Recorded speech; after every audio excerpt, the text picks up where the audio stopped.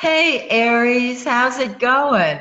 Well, let me tell you how it's going to be going the month of May 2019. You have a terrific forecast here. So I'm going to start with the bigger picture and then narrow it down and narrow it down so that you can plan for this month and make it a really successful month. Do you remember back in January when we had two eclipses? Uh, and I mentioned at the time that these eclipses are strongest 3 to 4 months after they occur. Well, guess what? That means they're strongest April, which we've already had, and May right now. So let's talk about how and what they triggered in your solar chart. The first eclipse was January 5th in 15 of Capricorn, and it fell in your 10th house of career. Now, even though it's a new moon, an eclipse is an eclipse is an eclipse. It's powerful, it's awesome, it's terrific. And this eclipse should have helped your public image, your career magnificently. This is you being the leader in everything that you do. This is the 10th house is also the house of acclaim and reputation. And there's the sun, the giver of life. It is an eclipse. And there it is saying, here I am. I am your leader. I'm ready to receive accolades and promotions and all kind of good things in the career. Okay, that's the first one. The second eclipse, the lunar eclipse, was a full moon, of course, and brought things to a head. Again, an eclipse is an eclipse is an eclipse. It kicks butt, and I think it kicks it beautifully because this lunar eclipse fell in your 5th house of fun and games and creativity of all sorts. Are you an artist? Do you paint? Do you draw? Do you write? Are you a graphic artist? This is an eclipse that triggered your talent. If you have children, they required probably an inordinate amount of attention from you, and you were happy to give it. Got it? It's so cool. And did I mention fun? More than 10 times, I mean. This is a time to have fun because these two eclipses are triggered right now. And our next pair of eclipses are in July. So just enjoy these wonderful eclipses. Now, getting closer to home, we have both a new moon and a full moon, as you know. On the new moon, this is when things start growing, start moving forward. The new moon is on Saturday, depending on where you're living. It's on May 3rd or 4th. I put the 3rd here, but it could be the 4th for you. And what this does is it triggers the energy. The energy moves forward. Where? In your 2nd house of money. I could stop this reading right here, couldn't I? You're just jumping up and down. And those of you who have an Aries ascendant, this applies to you too. It's wonderful. So your financial picture starts growing. I shouldn't even say starts growing because the sun last month and this month and was and is in your 2nd house of money, and so your money has improved. And so this new moon continues the improvement. I love it. I just love it. Okay. Then the full moon is on the 18th. And this is a very interesting placement for the full moon. It's in the 8th house. The 8th house deals with other people's money. That means taxes, debts, loans. It can be gifts of money. It can be you helping other people financially, whether giving them money or giving them ideas about money. The 8th house deals with transformation. It is truly the most powerful and psychic house. And there it is, activated. I find that because it's also the house of secrets, the 8th house, when triggered, as it is by the full moon, the 8th house person, in this case, wants privacy. The 8th house dealing with secrets and getting to the bottom of what's going on. So if you are a detective of any type, whether a computer detective, a psychic detective, somebody who does research on what's really going on, and you are an Aries, you're feeling this beautifully, okay? And that it will bring joint financial matters to a head, secrets to a head, research to a head. Now, let's look at, you can see this first quadrant of the chart is activated.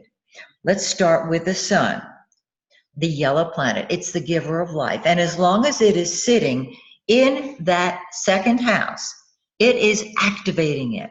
Second house is money. I mean, it's fabulous.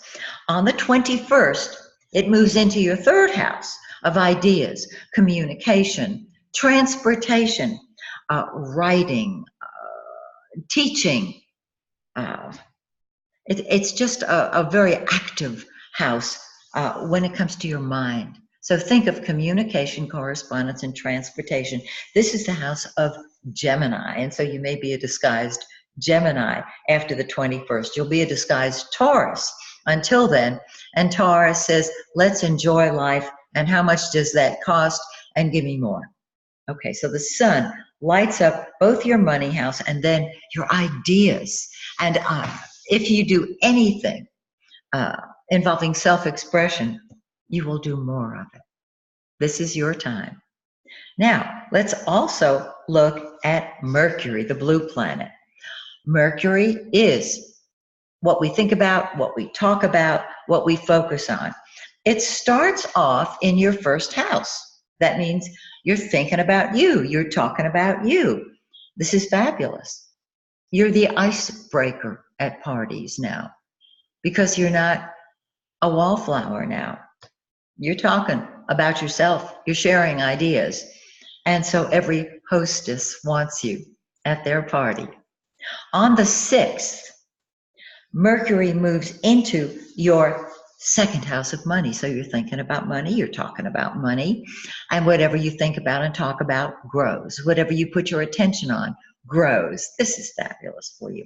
And then on the 21st, the same exact day that the sun moves into your third house, Mercury moves into your third house, and Mercury rules communication, correspondence, and transportation.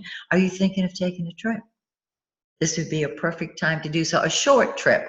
I don't mean a ninth house trip, which would be Europe or beyond, but something more locally.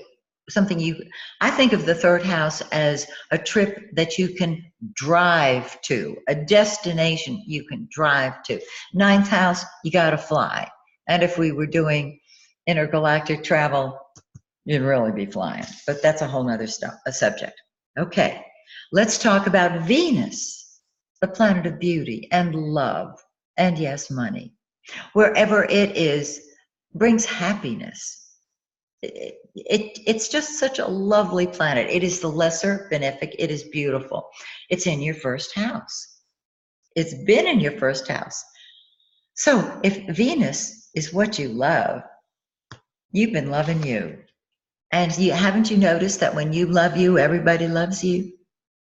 It's a great time to beautify yourself, whether you're a man or a woman. Fix up your wardrobe, indulge yourself. I always encourage people, if you love it and can afford it, buy it. Okay?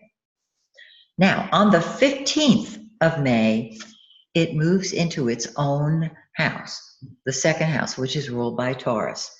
More gifts, more love, more money. Anybody who's not an Aries watching this video wishes they were. It's that simple. So more gifts for you, greater income for you, and just you feel really, really good about your money. Because with Mercury and the Sun and Venus in your second house, you're handling your money issues and you're open to receiving. It's Just beautiful. The last planet, Mars. Now, Mars is what we fight with and fight for. It's what we throw ourselves into. It is what comes first to us. And you know, Mars is the planet of impatience. It wants it now. Well, it's in your third house of short distance travel, of communication, of ideas, and you're shooting from the hip when you talk. And if you're an Aries, you're laughing because you say, I always shoot from the hip. You want to know the truth? I'll tell it to you, says Aries. Very directly, very bluntly. Okay. I think that's one of the reasons I enjoy being with Aries. You know what's on their minds. So while it's in your third house, you are really doing lots of thinking, lots of talking, lots of writing, a lot of communicating, more so than usually. And on the 15th of the month, now the 15th of the month is when Venus crosses into your second house. Mars goes from your third house to your fourth house. And so the 15th of the month, there's a change in the energy, which is very powerful. And on the 21st, when the Sun and Mercury change signs. So the 15th and the 21st, major time. When Mars enters your fourth house of home, family, and real estate, that's what comes first to you. Are you visiting family? Are you talking to family? Well, with Mars there, you'd be talking very directly to your family members. Remember, wherever Mars is what you'll fight with or fight for. And so the family comes first to you. The family will put themselves first with you. Little trade-off there. So, if you're visiting family, have a great time. I would make it a short trip. Seriously. And then when you get home, focus on your own home. Are you thinking of moving? Are you thinking of buying, selling? You might be thinking about it while Mars is in the third, but not doing anything about it.